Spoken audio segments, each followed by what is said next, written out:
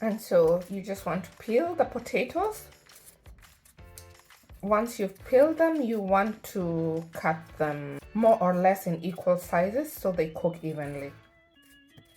Next, I'm going to chop up the leeks. I've already cleaned them up. When you're cleaning them, just make sure to clean off the dirt that usually hides between the leaves or stalks.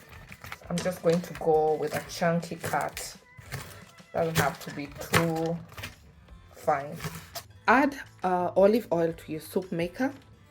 If you like, you can sweat the leeks in a pan with olive oil. We then add the leeks to the soup maker, add the garlic, and we're going to follow this up with the potatoes. I have 500 grams. I've just added in salt and pepper, half a teaspoon of salt. I'm going lower on the salt first because stock is normally salty. We're then going to close the lid. And I'm making a chunky soup, so depending on the texture you prefer, you can either press smooth soup or chunky soup. This is how it looks like. We're then going to add in the cream. You can also use vegan cream.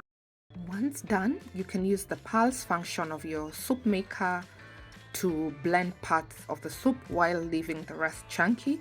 Or you can also just set aside a portion of the soup and then blend the rest so that it's a combination of smooth and chunky.